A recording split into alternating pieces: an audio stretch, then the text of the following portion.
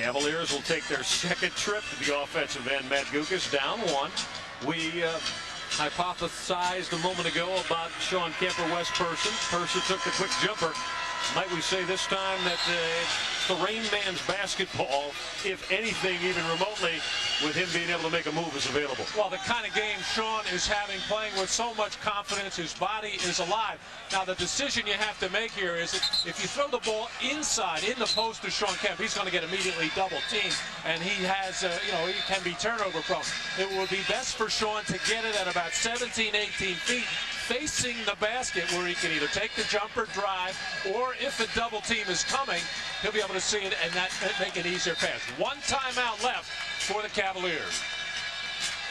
All right, there you take a look at the game reset, the timeout situation. Portland with a couple of fulls and a 20. Cavaliers with the one full without a 20. Cavs still have a foul to give. Cavs were down 13 with 8 minutes and 17 seconds left. It has come down to this. Brevin Knight working with Shawn Kemp. Knight with some penetration. Kemp baseline. Brevin Knight, Danny Ferry, Henderson. And you heard that slap. That personal foul is going to go on Portland's Vincent Askew.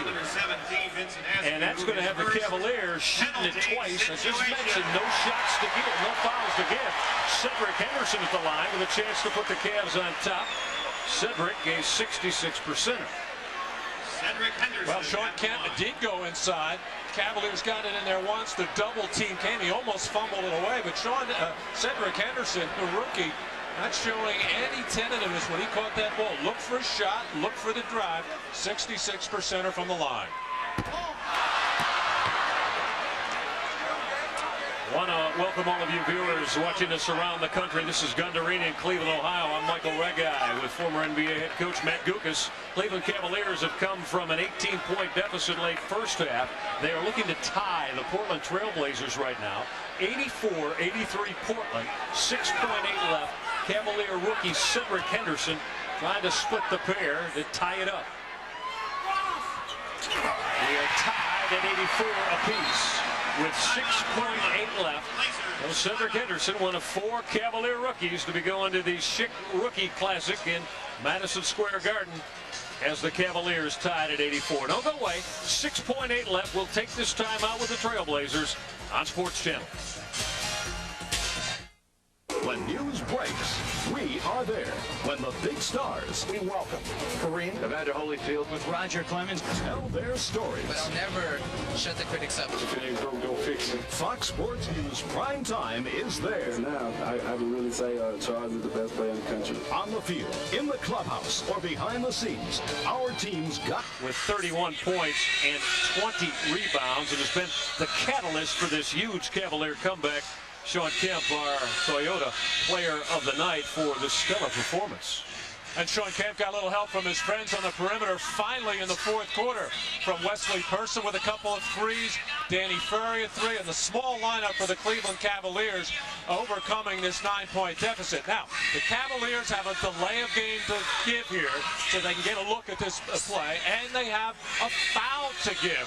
And you got to look for the Portland Trailblazers to look for Isaiah Rider, who can go get his own shot. And for Mike Dunleavy, he has got Arvydas Sabonis back in. Sabonis saddled with foul problems, has spent much of this fourth quarter. So that very talented and muscular front line of Sabonis, Trent, and Wallace with Rasheed Wallace to play it in. This is Isaiah Rider. Rider trying to make the move baseline. Wesley Person on the hold. There's the Cavaliers foul to give. So now you're looking at 3.4 seconds left with Portland playing it in sideline left. Still have the delay of game. Didn't really use that. Timeout, Portland. Portland takes the time. Well, Mike Dunleavy and the Blazers to take a timeout. We'll step aside with them just momentarily. Don't leave now. Tied at 84 apiece. We get you back to the gun.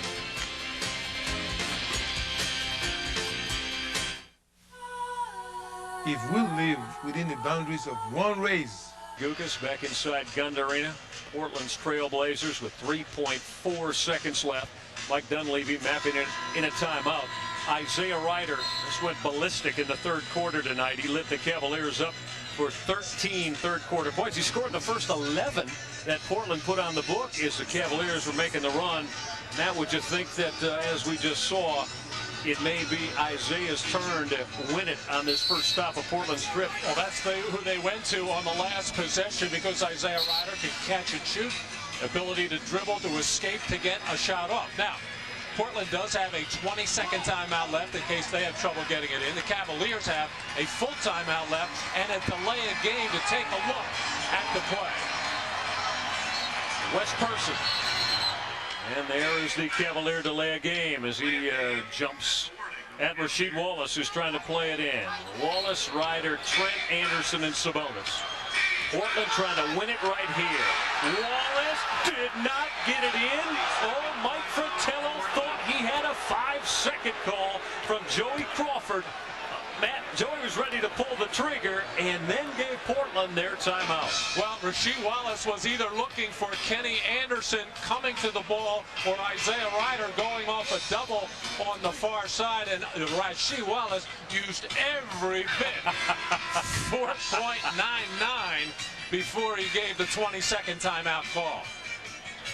Man, I thought Mike Fratello showed absolute wonderful restraint as he was trying to coax Joey Crawford a little bit. Mike was out here dancing in front of us near the midcourt line, and Fratello, who made his reputation here in Cleveland with the Cavaliers playing some of the finest defense in the NBA, would like to get one stop here to have a chance to go to overtime. Wallace to play it in. 3.4 left. Way up top, Kenny Anderson. Anderson for the win. Got it at the buzzer. He beat the Cavaliers in Charlotte 2 years ago. He does it again. Kenny Anderson on the face-up jumper that went at the buzzer. Portland with an 86-84 win. Kenny Anderson shooting daggers in the hearts of the Cleveland Cavaliers. Portland wins it. We'll be right back to the gun. For all of you basketball fans who are into statistics, so far the NBA and the Fannie Mae Foundation have hit 435,000 more.